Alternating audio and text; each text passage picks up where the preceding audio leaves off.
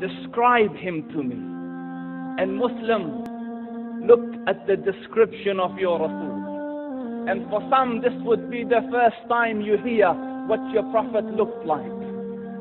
I saw a man of striking appearance. ظاهر الوضاء أبلج الوجه, radiant face, حسن الخلق, beautifully created. لم تعبه السجلة, his belly wasn't protruding. ولم تزر به السعلة, nor was his head disproportionate and small. وسيم قسيم, proportionate and delicate, finely made, a specimen of a creation. في عينيه دعج, in his eyes there was a contrast. The dark was immensely dark, the white was excessively white. وفي أشفاره وطف, and his eyelashes were long. وفي صوته صهل, and in his voice was a natural echo. وفي عنقه سطع, and his neck was elegantly long. وفي لحيته كثافة, his beard was full and thick. أزج أقرن, his eyebrows were arched, but they were not joined. It was separated. In صمت فعليه الوقار, when he was silent, dignity covered him. وإن تكلم سماه وعلاه البهاء, and when he spoke, it was audible and clear, almost commanding and overtaking. أجمل الناس وأبهاهم من بعيد, from afar the most striking and outstanding in appearance.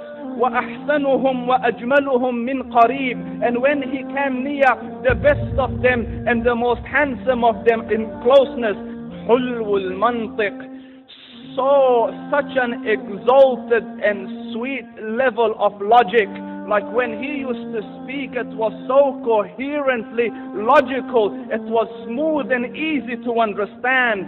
فصل لا نزر ولا هزر, he was to the point, not excessive, nor too short. كأن منطقه خرزات نظم يتحدرن, his logic, his utterances, his words were like jewels coming out of a necklace, calculated, polished, one after the other, it would flow magically. ربعة, he was medium in height. Your eye didn't have to strain to look up at him, nor was it tedious to look down at him. He was a comfortable sight to look at. له رفقاء يحفون به, he had friends, the people that were with him, they were working around him to try to serve and protect him. إن قال سمعوا لقوله, when he used to say something, they used to hearken to what he used to say. وإن أمر تبادروا إلى أمره, when he commanded, they used to compete to fulfill the command. This is Muhammad Rasulullah. This is Muhammad Rasulullah. Anas ibn Malik says, he says, I came out one night, I came out one night, it was the full moon night.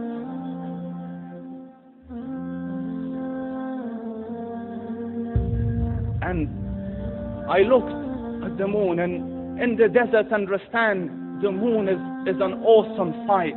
It is smooth, it is radiant, it is clear, it is gentle compared to the scorching sun of which they are used to. So the moon was the epitome of beauty. So he says, I came out at a full moon night and I looked at the moon and I saw it, beautiful, handsome.